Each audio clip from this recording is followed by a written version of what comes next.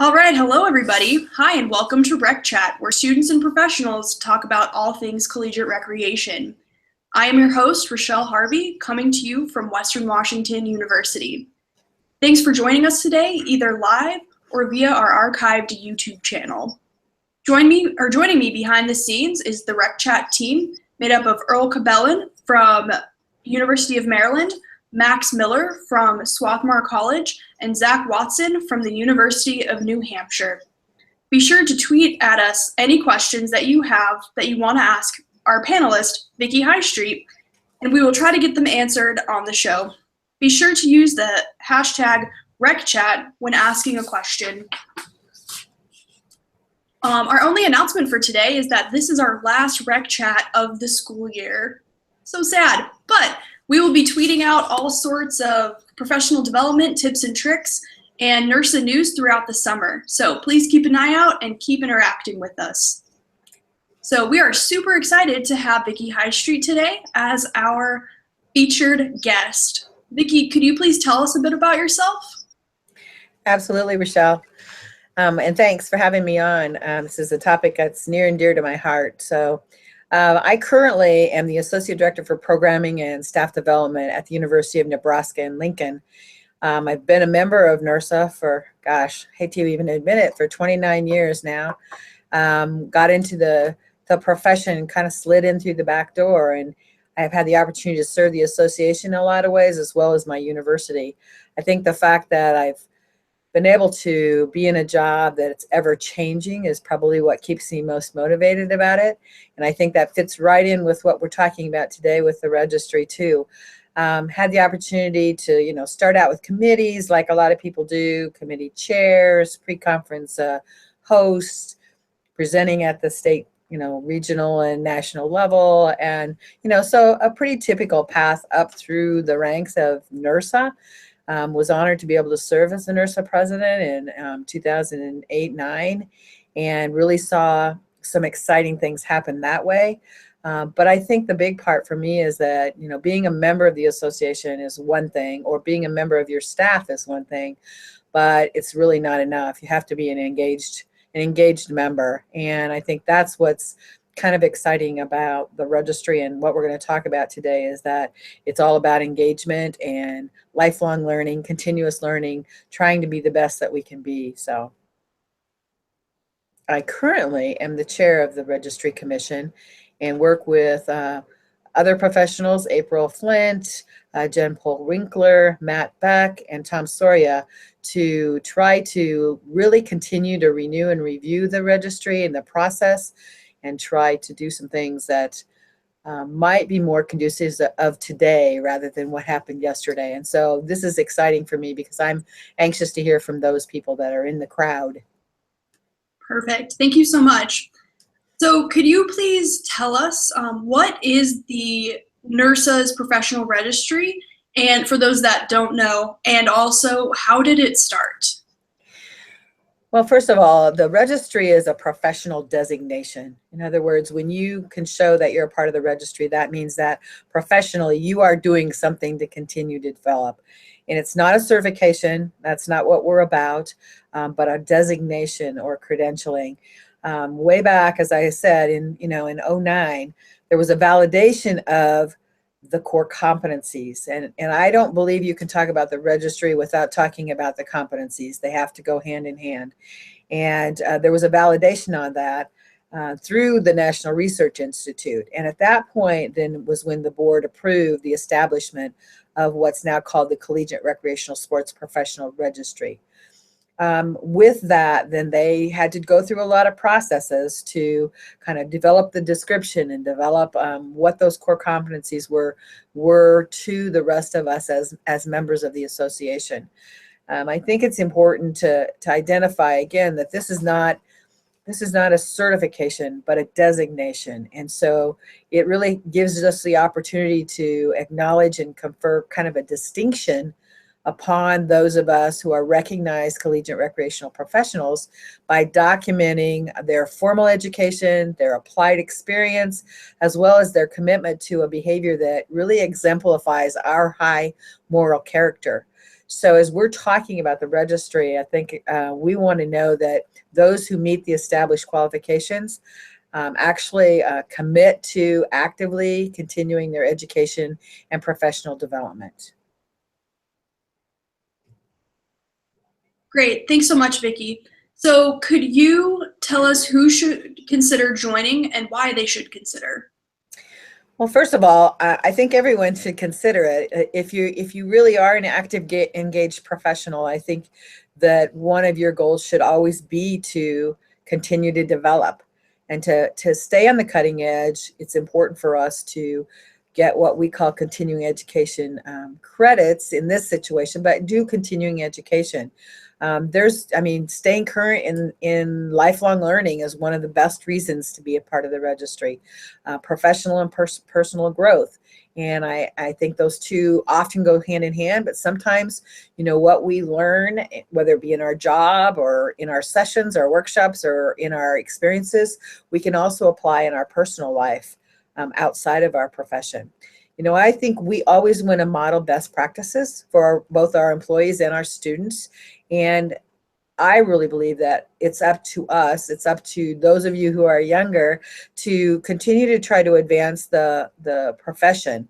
And the only way to do that is to stay on the cutting edge. Now, there are lots of other reasons to join. I think using the tools that you have with the core competencies and being a respected registry member, you can assess and select candidates for jobs, you can organize and position plan, you can enhance your own supervisory role with the ability to grow your staff in a more kind of foundational way.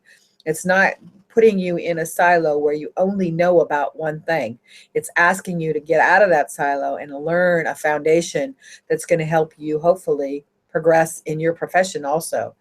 There's a common language that people can use. So when you're doing evaluations, there's an opportunity to use a common language so that everybody is hearing the same kinds of things and you're growing in a way that's, again, foundational, but also progressive.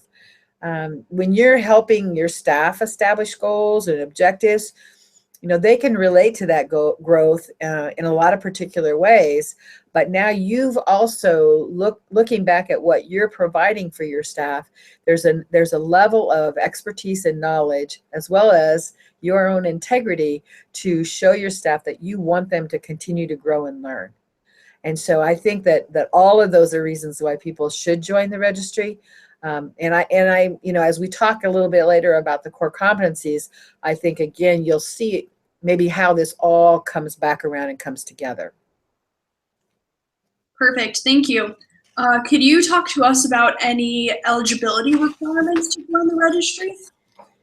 Absolutely. And, when this is, and these are what some of the things that the commission right now is discussing in terms of, are we on the right track with this? Are we being inclusive rather than exclusive? All of those kinds of questions that we continually ask ourselves, not just with the registry, but kind of just in general about a lot of things we do.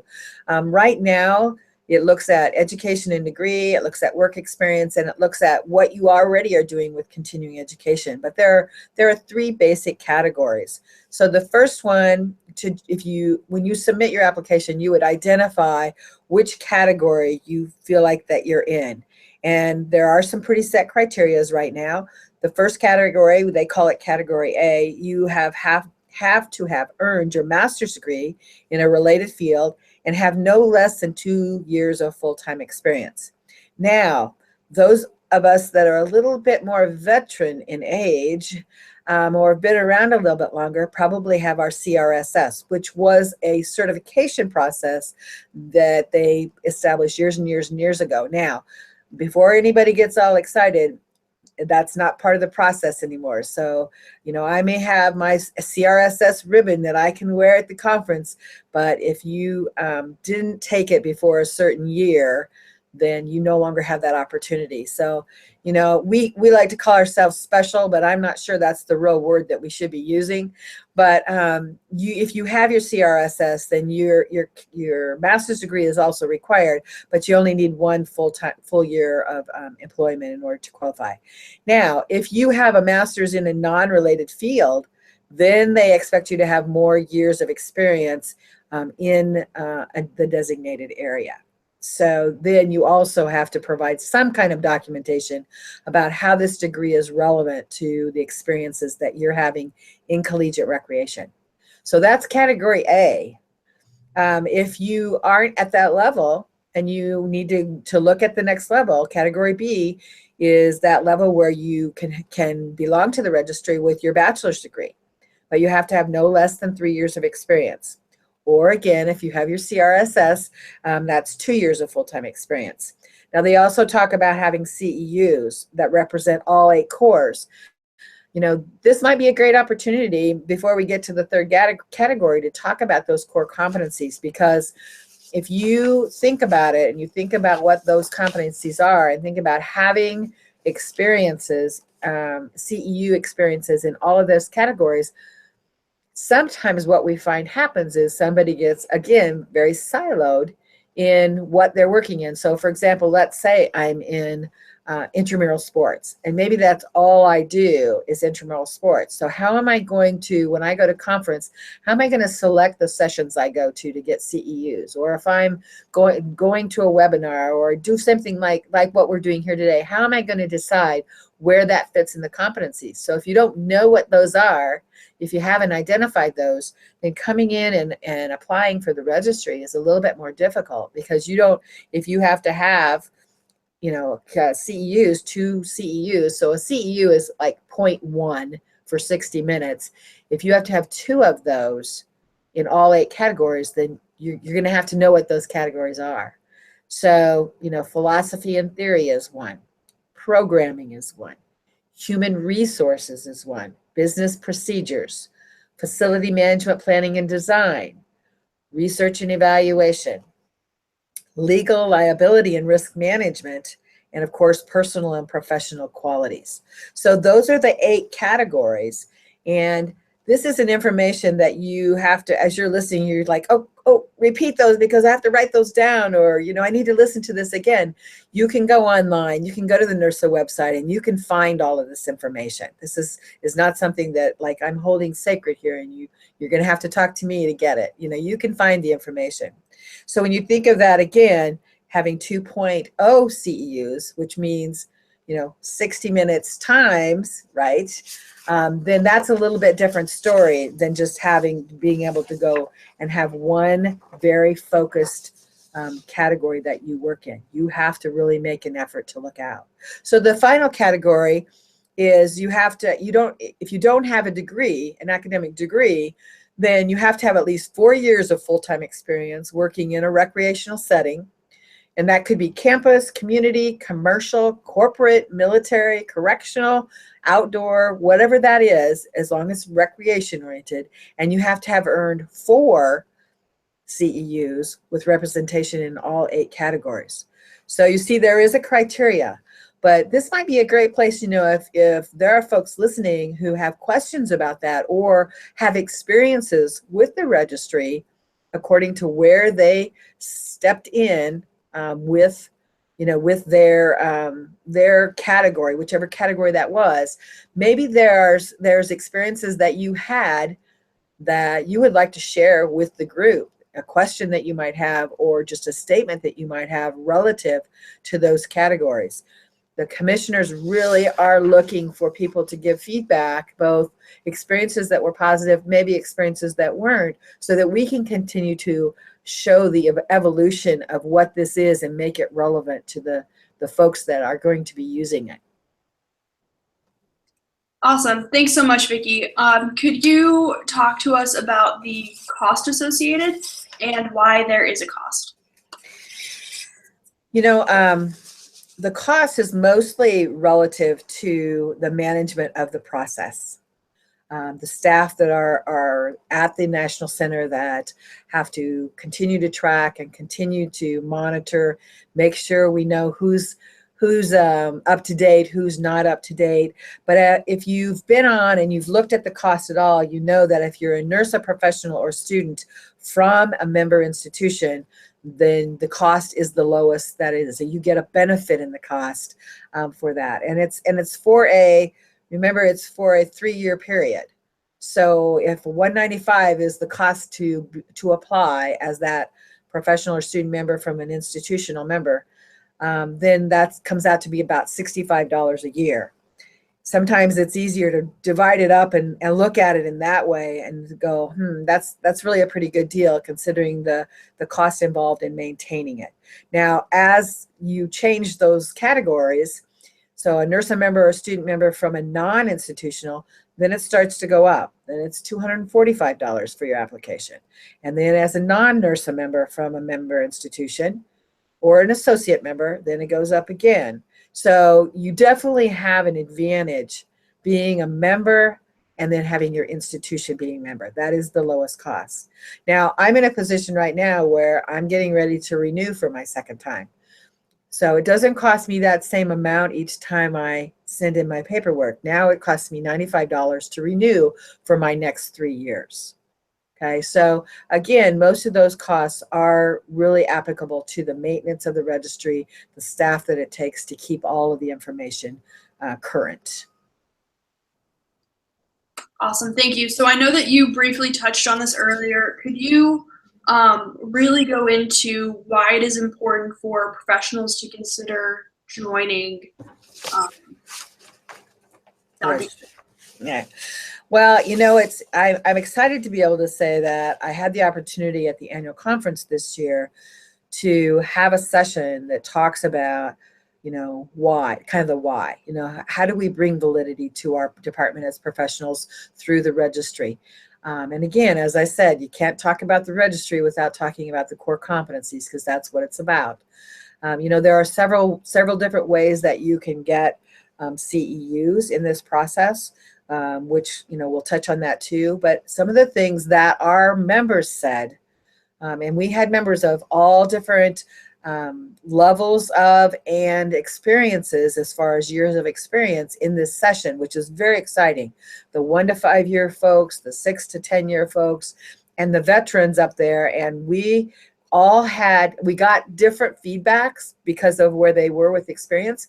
But the cool thing was that they all had something to share in terms of why, why we do that. So some of them talked about using the competencies and the registry to drive the professional development at their location, at their institution.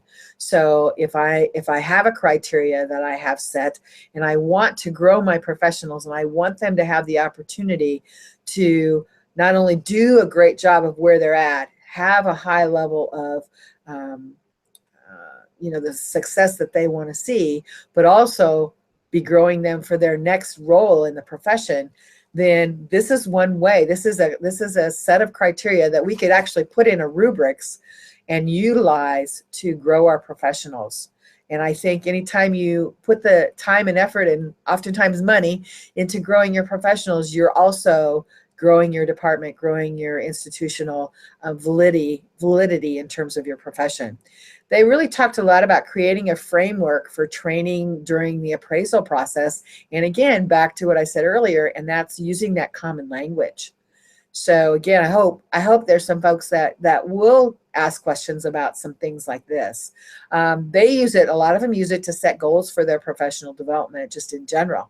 And again, it could be personal, it could be professional, but a lot of times those are the same, one and the same.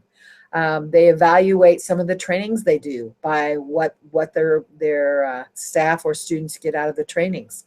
I think one of the key ones for me is that it brings that validity to your department on campus, and you can use it to communicate with others in higher education and have that seat at the table, right? Be respected for that seat at the table.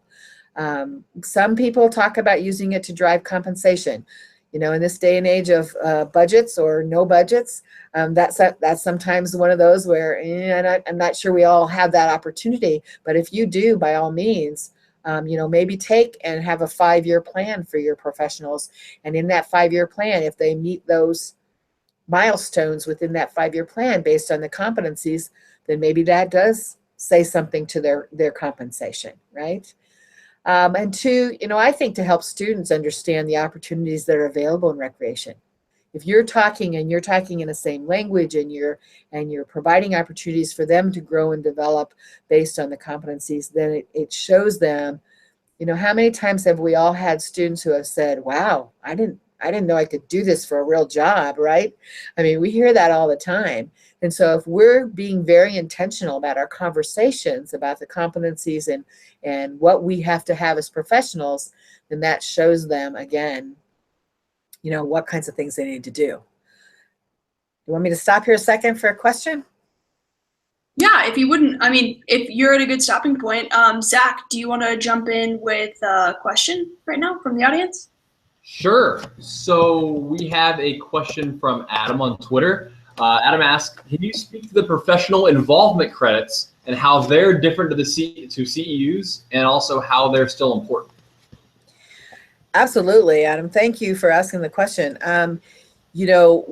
We can't deny, we are a world of experiences, and we can't deny those professional experiences that we get by chairing a committee or being in a group of people who are working at a conference, that are hosting a conference, or any number of things.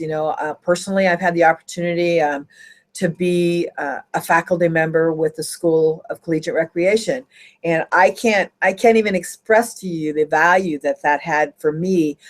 It's great to say, okay, I'm out there and I'm going to facilitate this, but what you get back from that in development is just as important as what you give.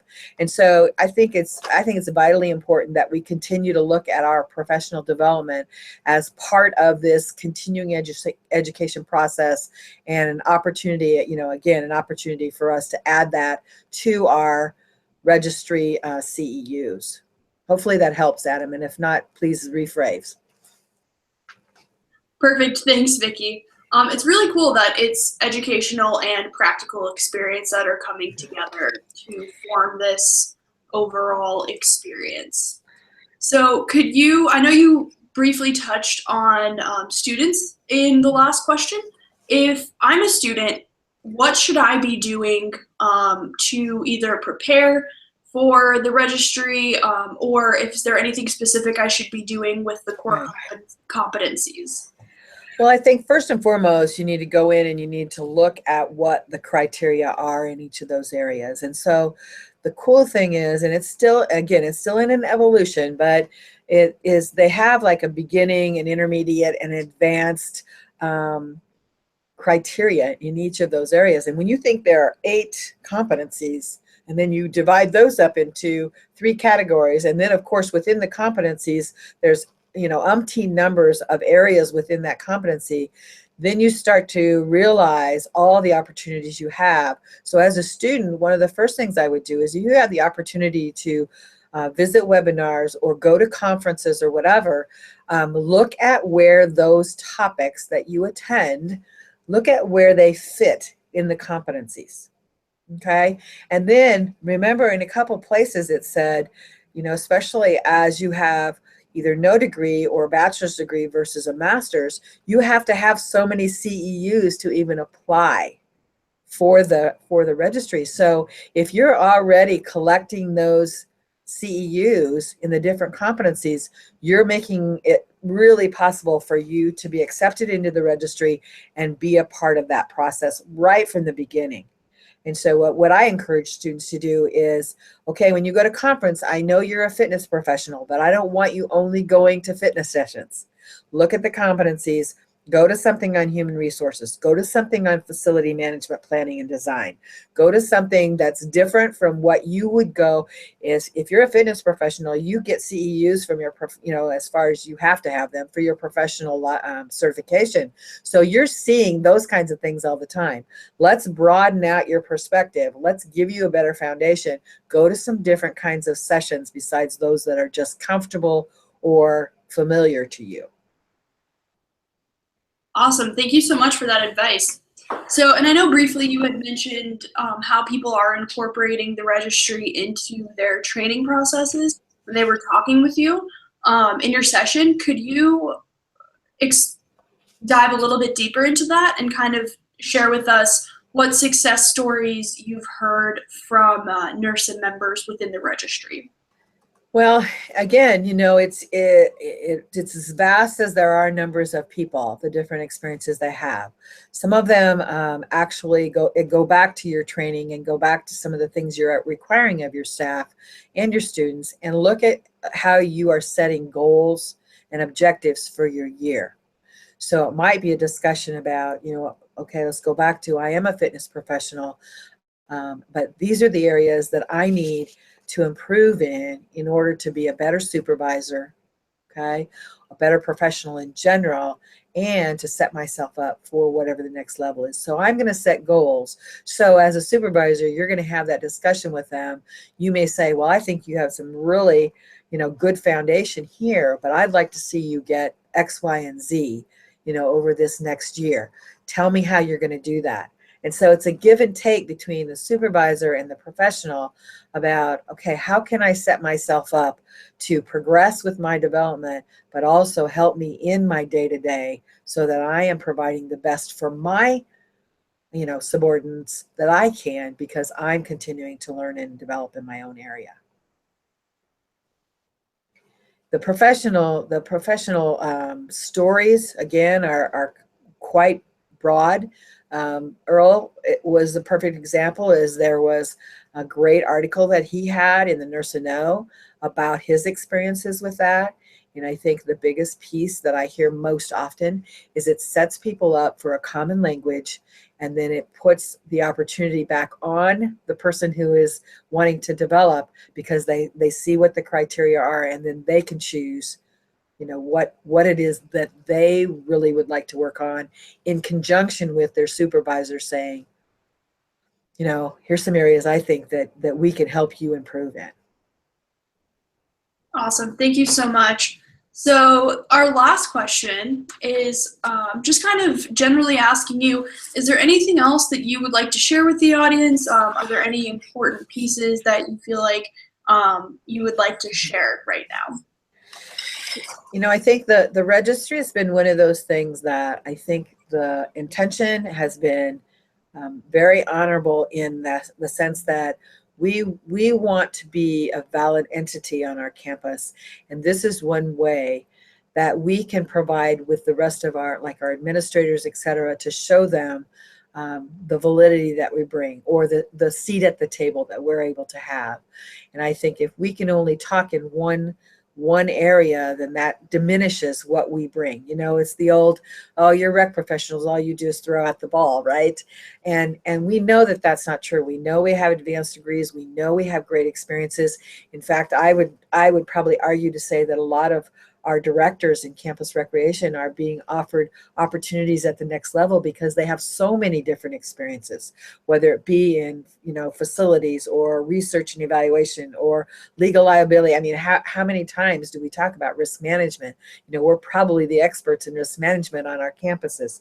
So as you think about what's happening, how do we set ourselves up for that, right? And I think the registry is one of those ways. And there's some naysayers, and then there's some, just cheerleaders when it comes to the registry.